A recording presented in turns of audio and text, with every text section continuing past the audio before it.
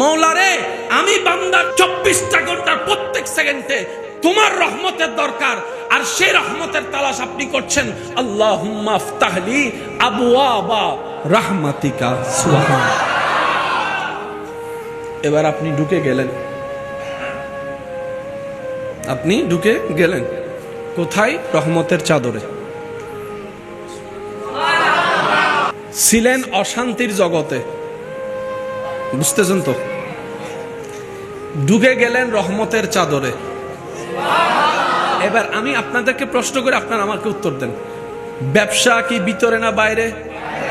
পরিবার, টেনশন, চাকরি, গাড়ি ঘোড়া, লাভ লস, ছেলে মেয়ে, স্কুল কলেজ, পড়ালেখা, তো যেগুলো আপনি টেনশন নিচ্ছেন সব তো বাহিরে রেখেই আসছেন।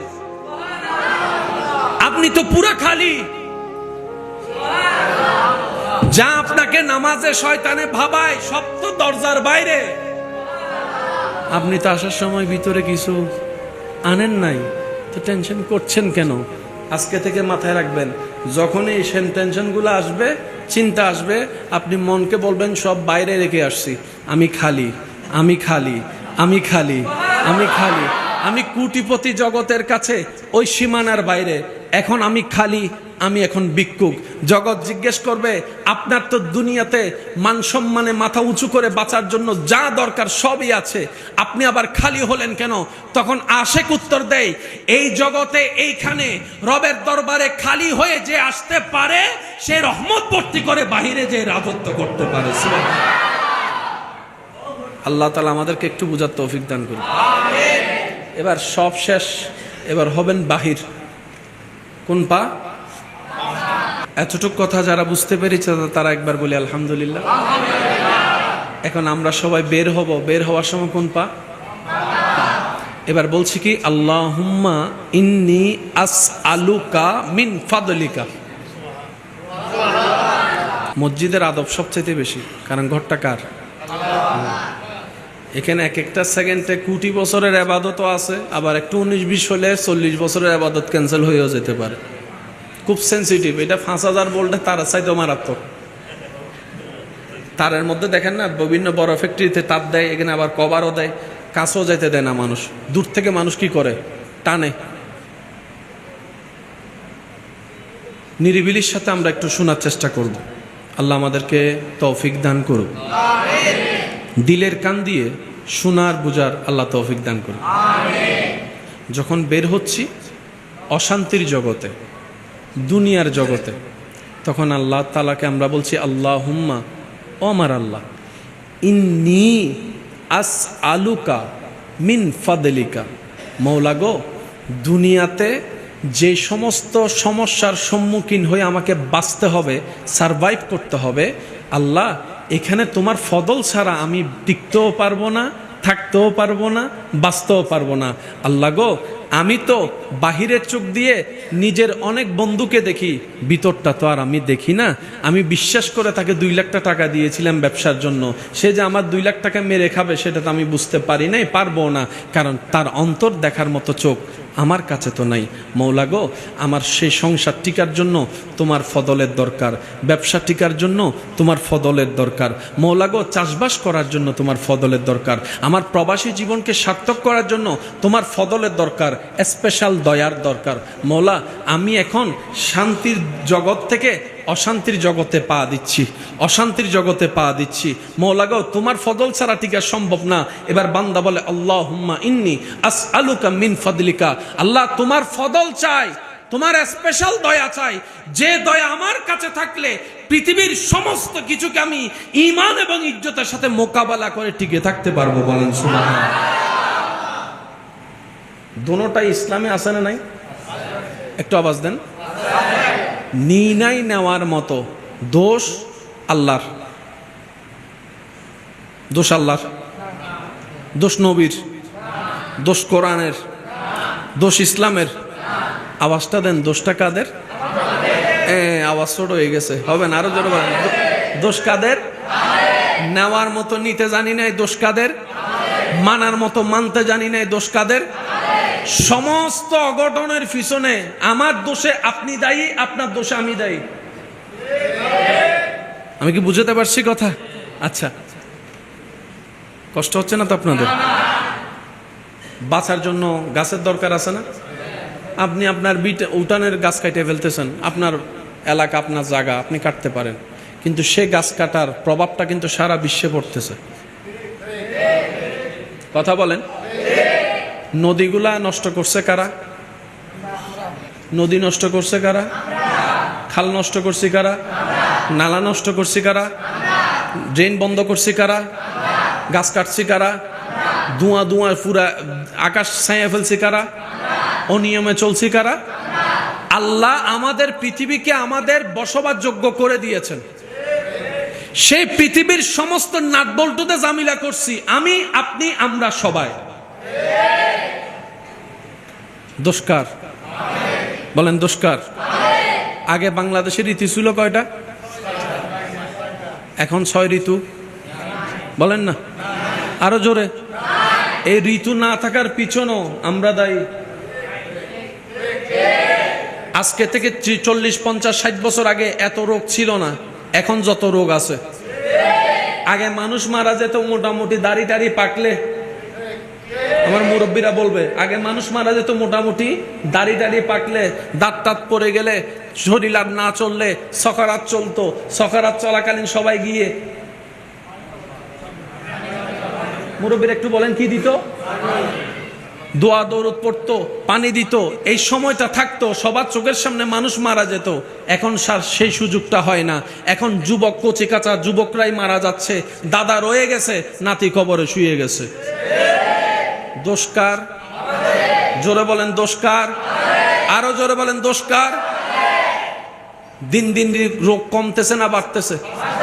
মনে রাখবেন, রোগের মেইন ফ্যাক্টরি হচ্ছে, রোগের মেইন ফ্যাক্টরি কি?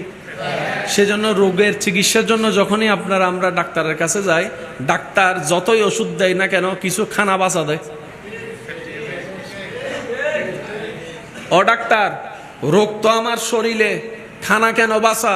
ডাক্তার মহোদয় বলবে, সমস্ত শরীরের নাটবল্টু যেখান থেকে শুরু হয় সবকিছুর অঘটন সেটা হচ্ছে তোমার পেট।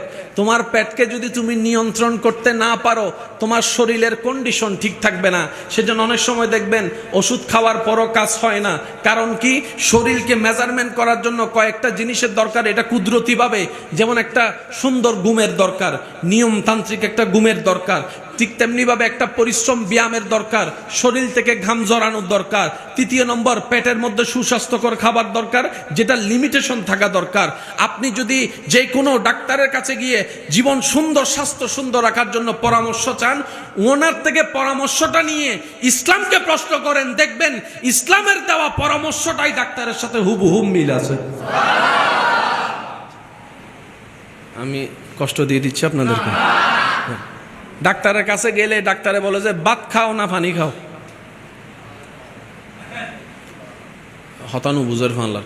ডাক্তারের কাছে গেলে ডাক্তারে কি বলে? বেশি করে ভাত খাও নাকি বেশি করে পানি খাও? অনেকের আছে ডাক্তারের রাত্রে ভাত বন্ধ করে দিছে। অনেকে আছে যাদেরকে ডাক্তারি পরামর্শ শরীরের সুস্থতার কারণে ভাত খাওয়া বন্ধ, তো রাত্রে খাবে কি? তাও আবার বলেন না, তাও আবার শরীর যদি সুস্থ রাখতে চাও, খাবার, বলেন না খাবার, শব্দটি বলেন খাবার, আরো জোরে বলেন খাবার। ইসলামের দৃষ্টিতেও খাবার। আরেকটু জোরে। মুসিবত না পাই যদি, মুসিবতে সুপারিশ তোমার কবরে হাসরে কি হবে? কবরে হাসরে কি হবে? মুসিবত না পাই যদি, মুসিবত না পাই যদি করুণা তোমার কবরে হাসরে কি হবে আমার কবরে হাসরে কি হবে ইন্নাল্লাহা ওয়া মালাইকাতাহু ইউসাল্লুনা আলান নবী ইয়া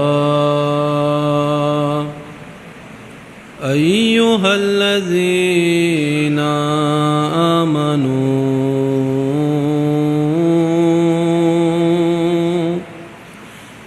সাল্লু আলাইহি ওয়া সাল্লিমু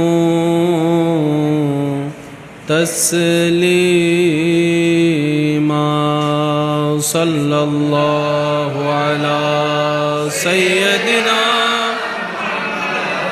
ওয়া আলিহি ওয়া আল্লাহুম্মা সাল্লি আলা সাইয়্যিদিনা মুহাম্মাদ নাবিয়ানা যাই যদি মোর তন জন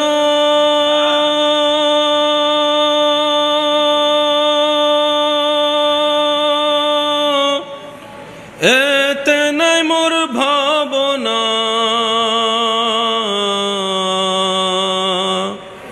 যতদিন থাকবে প্রাণ নবীজিকে ভুলব না আল্লাহুম্মা সাল্লি আলা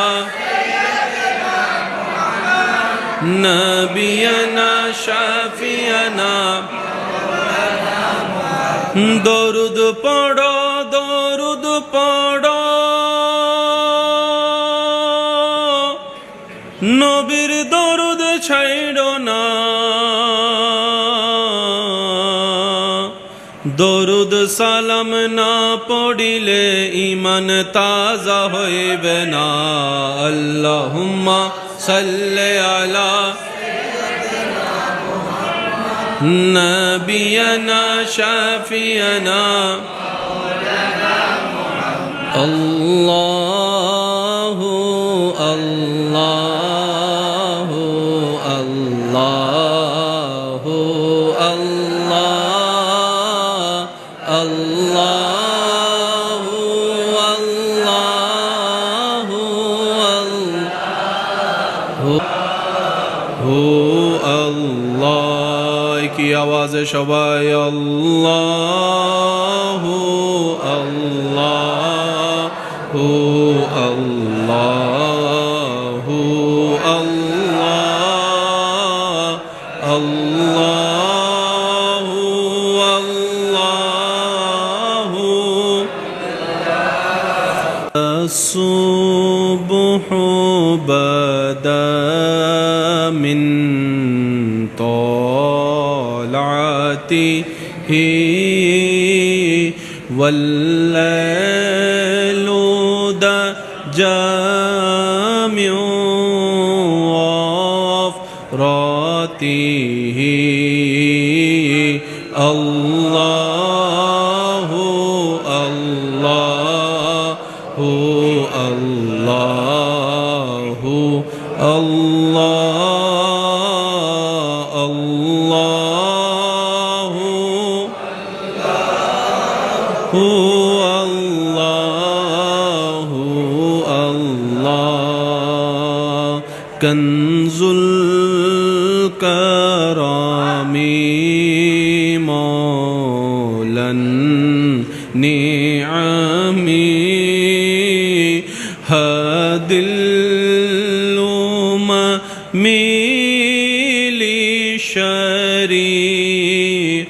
لشريعته الله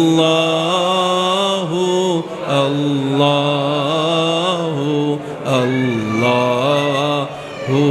الله الله الله মুসিবত না পাই যদি মুসিবতে সুপারিশ তোমার কবরে হাসরে কি হবে কবরে হাসরে কি হবে মুসিবত না পাই যদি মুসিবত না পাই যদি করুণা তোমার কবরে হাসরে কি হবে আমার কবরে হাসরে কি হবে মাশাআল্লাহ হাজরিন মাওলা রে আমি বান্দা 24টা ঘন্টার প্রত্যেক সেকেন্ডে তোমার রহমতের দরকার আর সেই রহমতের তালাশ আপনি করছেন আল্লাহুম্মা আফতাহলি আবওয়াবা রাহমাতিকা সুবহান এবার আপনি ঢুকে গেলেন কোথায় রহমতের চাদরে ছিলেন অশান্তির জগতে বুঝতেছেন তো ঢুকে গেলেন রহমতের চাদরে এবার আমি আপনাদেরকে প্রশ্ন করে আপনারা আমাকে উত্তর দেন ব্যবসা কি ভিতরে না বাইরে পরিবার টেনশন চাকরি গাড়ি ঘোড়া লাভ লস ছেলে মেয়ে স্কুল কলেজ পড়ালেখা তো যেগুলো আপনি টেনশন নিচ্ছেন সব তো বাহিরে রেখেই আসছেন আপনি তো পুরো খালি যা আপনাকে নামাজে শয়তানে ভাবায় সব তো দরজার বাইরে আপনি তো আসার সময় ভিতরে কিছু আনেন নাই তো টেনশন করছেন কেন আজকে থেকে মাথায় রাখবেন যখনই এই টেনশনগুলো আসবে চিন্তা আসবে আপনি মনকে বলবেন সব বাইরে রেখে আসছি আমি খালি আমি খালি আমি খালি আমি খালি আমি কোটিপতি জগতের কাছে ওই সীমানার বাইরে এখন আমি খালি আমি এখন ভিক্ষুক জগৎ জিজ্ঞেস করবে আপনার তো দুনিয়াতে মান সম্মানে মাথা উঁচু করে বাঁচার জন্য যা দরকার সবই আছে আপনি আবার খালি হলেন কেন তখন আশেক উত্তর দেয় এই জগতে এইখানে রবের দরবারে খালি হয়ে যে আসতে পারে সে রহমত ভর্তি করে বাহিরে যে রাজত্ব করতে পারে আল্লাহ তাআলা আমাদেরকে একটু বুঝার তৌফিক দান করুন আমিন এবার সব শেষ এবার হবেন বাহির কোন পা এতটুকু কথা যারা বুঝতে পেরেছে তারা একবার বলি আলহামদুলিল্লাহ এখন আমরা সবাই বের হব বের হওয়ার সময় কোন পা এবার বলছি কি আল্লাহুম্মা ইন্নী আসআলুকা মিন ফাদলিকা মসজিদের আদব সবচেয়ে বেশি কারণ ঘরটা কার এখানে এক একটা সেকেন্ডে কোটি বছরের ইবাদতও আছে আবার একটু 19-20 হলে 40 বছরের ইবাদত ক্যান্সেল হয়েও যেতে পারে খুব সেন্সিটিভ এটা 5000 ভোল্টে তার চাইতে মারাত্মক তারের মধ্যে দেখেন না বিভিন্ন বড় ফ্যাক্টরিতে তার দেয় এখানে আবার কভারও দেয় কাছেও যেতে দেয় না মানুষ দূর থেকে মানুষ কি করে টানে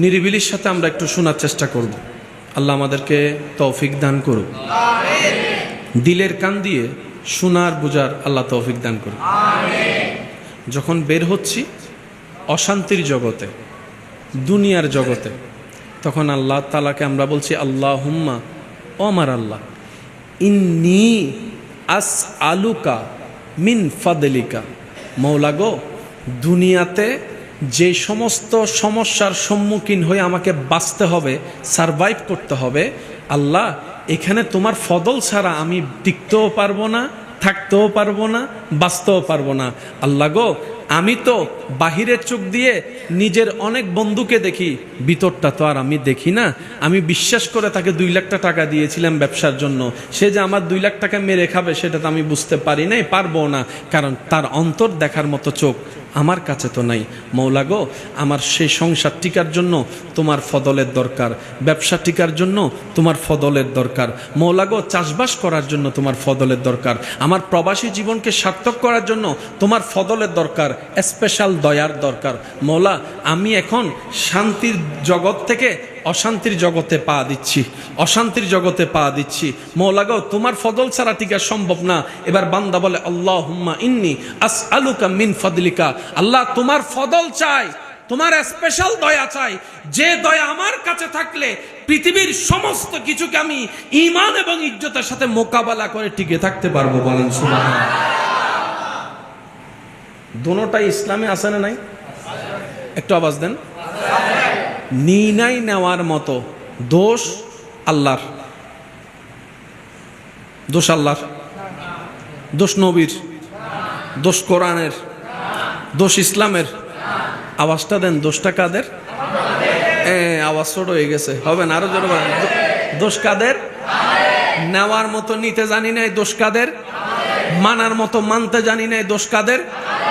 সমস্ত অঘটনের পিছনে আমার দোষে আপনি দায়ী, আপনার দোষে আমি দায়ী। আমি কি বুঝতে পারছি কথা? আচ্ছা, কষ্ট হচ্ছে না তো আপনাদের? বাঁচার জন্য গাছের দরকার আছে না? আপনি আপনার উঠানের গাছ কাটিয়ে ফেলতেছেন, আপনার এলাকা, আপনার জায়গা, আপনি কাটতে পারেন, কিন্তু সে গাছ কাটার প্রভাবটা কিন্তু সারা বিশ্বে পড়তেছে। কথা বলেন। নদীগুলা নষ্ট করছে কারা? নদী নষ্ট করছে কারা? খাল নষ্ট করছি কারা? নালা নষ্ট করছি কারা? ড্রেন বন্ধ করছি কারা? গাছ কাটছি কারা? ধোঁয়া ধোঁয়া পুরা আকাশ ছায়া ফেলছি কারা? অনিয়মে চলছি কারা? আল্লাহ আমাদের পৃথিবীকে আমাদের বসবাসযোগ্য করে দিয়েছেন। সেই পৃথিবীর সমস্ত নাটবল্টুতে জামিলা করছি আমি, আপনি, আমরা সবাই। দোষকার? বলেন দোষকার? আগে বাংলাদেশের ঋতু ছিল কয়টা? এখন 6 ঋতু। বলেন না, আরো জোরে। এই ঋতু না থাকার পিছনেও আমরা দায়ী। আজকে থেকে 40, 50, 60 বছর আগে এত রোগ ছিল না, এখন যত রোগ আছে। আগে মানুষ মারা যেত মোটামুটি দাড়ি টাড়ি পাকলে, আমার মুরব্বীরা বলবে, আগে মানুষ মারা যেত মোটামুটি দাড়ি টাড়ি পাকলে, দাঁত টাত পড়ে গেলে, শরীর আর না চললে সকারাত চলতো। সকারাত চলাকালীন সবাই গিয়ে মুরব্বীরা একটু বলেন কি দিত? দোয়া দৌড় পড়তো, পানি দিত। এই সময়টা থাকতো, সবার চোখের সামনে মানুষ মারা যেত। এখন সেই সুযোগটা হয় না। এখন যুবক, কচি কাঁচা যুবকরাই মারা যাচ্ছে। দাদা রয়ে গেছে, নাতি কবরে শুয়ে গেছে। দোষকার? জোরে বলেন দোষকার? আরো জোরে বলেন দোষকার? দিন দিন রোগ কমতেছে না বাড়তেছে? মনে রাখবেন, রোগের মেইন ফ্যাক্টরি হচ্ছে, রোগের মেইন ফ্যাক্টরি কি? সেজন্য রোগের চিকিৎসার জন্য যখনই আমরা ডাক্তারের কাছে যাই, ডাক্তার যতই ওষুধ দেয় না কেন, কিছু খানা বাঁচা দেয়। ও ডাক্তার, রোগ তো আমার শরীরে, খানা কেন বাঁচা? ডাক্তার মহোদয় বলবে, সমস্ত শরীরের নাটবল্টু যেখান থেকে শুরু হয় সবকিছুর অঘটন সেটা হচ্ছে তোমার পেট। তোমার পেটকে যদি তুমি নিয়ন্ত্রণ করতে না পারো, তোমার শরীরের কন্ডিশন ঠিক থাকবে না। সেজন্য অনেক সময় দেখবেন ওষুধ খাওয়ার পরও কাজ হয় না। কারণ কি? শরীরকে মেজারমেন্ট করার জন্য কয়েকটা জিনিসের দরকার। এটা কুদরতিভাবে, যেমন একটা সুন্দর ঘুমের দরকার, নিয়মতান্ত্রিক একটা ঘুমের দরকার, ঠিক তেমনি ভাবে একটা পরিশ্রম ব্যায়ামের দরকার, শরীর থেকে ঘাম জড়ানোর দরকার। তৃতীয় নম্বর, পেটের মধ্যে সুস্বাস্থ্যকর খাবার দরকার, যেটা লিমিটেশন থাকা দরকার। আপনি যদি যে কোনো ডাক্তারের কাছে গিয়ে জীবন সুন্দর, স্বাস্থ্য সুন্দর রাখার জন্য পরামর্শ চান, ওনার থেকে পরামর্শটা নিয়ে ইসলামকে প্রশ্ন করেন, দেখবেন ইসলামের দেওয়া পরামর্শটাই ডাক্তারের সাথে হুবহু মিল আছে। আমি কষ্ট দিয়ে দিচ্ছি আপনাদেরকে। ডাক্তারের কাছে গেলে ডাক্তারে বলে যে ভাত খাও না পানি খাও। হতানু বুঝের ফানলার। ডাক্তারের কাছে গেলে ডাক্তারে কি বলে? বেশি করে ভাত খাও নাকি বেশি করে পানি খাও? অনেকের আছে ডাক্তারের রাত্রে ভাত বন্ধ করে দিছে। অনেকে আছে যাদেরকে ডাক্তারি পরামর্শ শরীরের সুস্থতার কারণে ভাত খাওয়া বন্ধ, তো রাত্রে খাবে কি? তাও আবার বলেন না, তাও আবার শরীর যদি সুস্থ রাখতে চাও খাবার বলেন না, খাবার শব্দটি করে বলেন, খাবার। আরো জোরে বলেন, খাবার। ইসলামের দৃষ্টিতেও খাবার। আরেকটু জোরে। মুসিবত না পাই যদি, মুসিবতে সুপারিশ তোমার কবরে হাসরে কি হবে, কবরে হাসরে কি হবে। মুসিবত না পাই যদি, মুসিবত না পাই যদি করুণা তোমার কবরে হাসরে কি হবে আমার, কবরে হাসরে কি হবে। ইন্নাল্লাহা ওয়া মালাইকাতাহু ইউসাল্লুনা আলান নবী ইয়া আইয়ুহাল্লাযীনা আমানু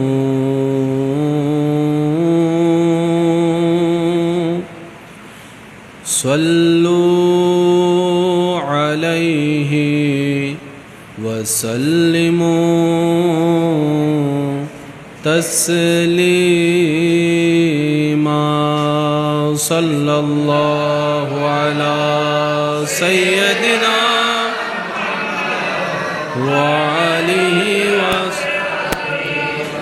اللهم صل على سيدنا محمد نبينا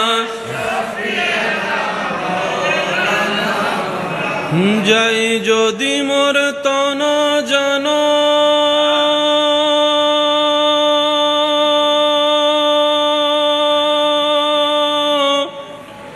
এতে নাই মোর ভাবনা,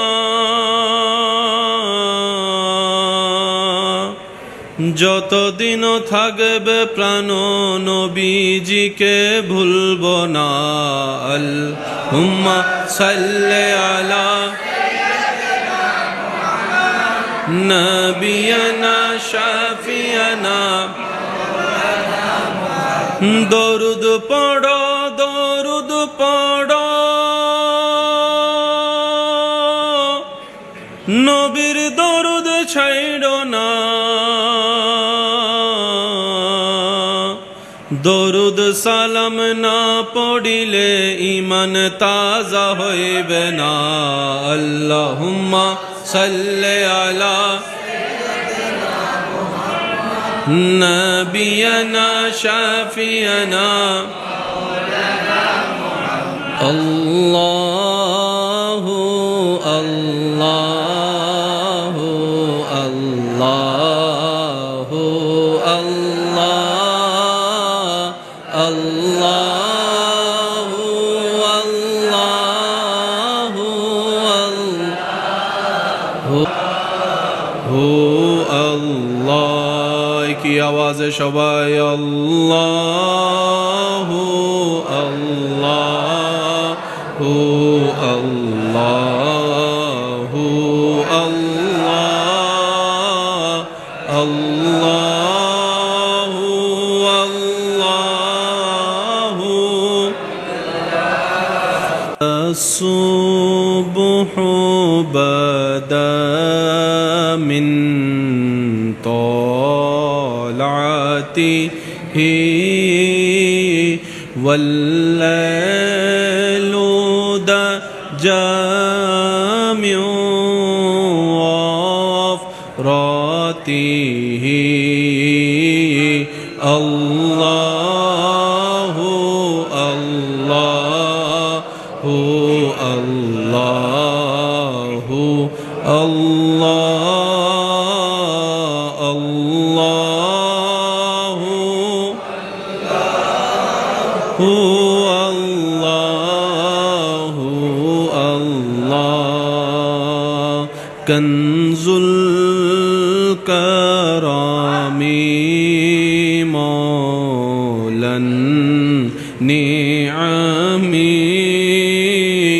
হাদিল উমামি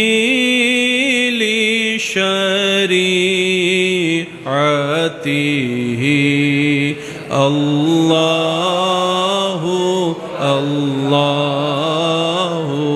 আল্লাহু আল্লাহ আল্লাহু আল্লাহু